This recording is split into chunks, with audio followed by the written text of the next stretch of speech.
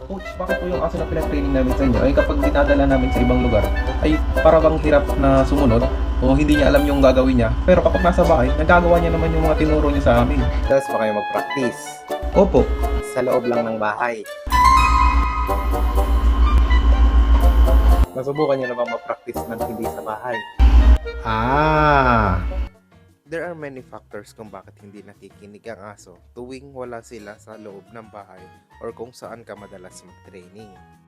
Isa sa mga dahilan kung bakit nangyayari ito ay dahil ang mga aso ay mga specific context learners. Gustong sabihin nito na naiintindihan lang nila na yung mga pinapagawa nating bagay ay kailangan lang nilang gawin kapag andun tayo kung saan natin tinuro sa kanila yung mga dapat nilang gawin. Ito rin ang dahilan kung bakit kailangan nating ipaintindi sa kanila na hindi lang sa isang lugar nag-a-apply ang isang command. Ito yung tinatawag nating generalization. Para mas madali nating maintindihan, isipin na lang natin na ang aso ay nakikita niya ang mga konteksto at sitwasyon bilang isang picture. Ang isang picture ay nag-a-apply sa isang sitwasyon lamang o isang konteksto. So kapag pinakitaan mo siya ng ibang sitwasyon sa ibang konteksto, ay hindi niya na ito alam kapag hindi mo pa sa kanya ito itinuro. Kailangan din nating tandaan na kaya mas madali pasunurin ng aso sa loob ng bahay dahil ito ay isang low distraction area. Sa low distraction area, dito natin tinuturo yung mga bagong bagay para sa aso. So, ang goal natin is kapag may naituro na tayo sa kanila, kailangan natin, di ba, i-improve. So, susubukan natin siya sa iba-ibang lugar.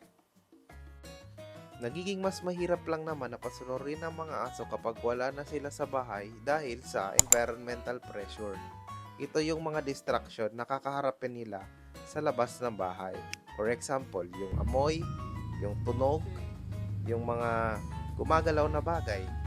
Hindi sila sanay dito dahil hindi nila ito na-experience sa loob ng bahay.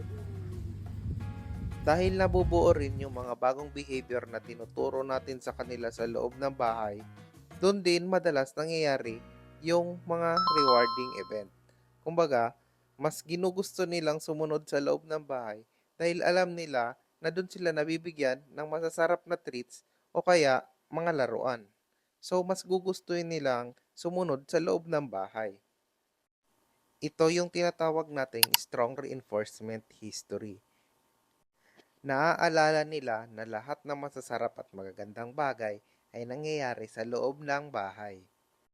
Ikaw, nahihirapan ka rin bang pasunurin ng aso mo kapag wala na kayo sa bahay?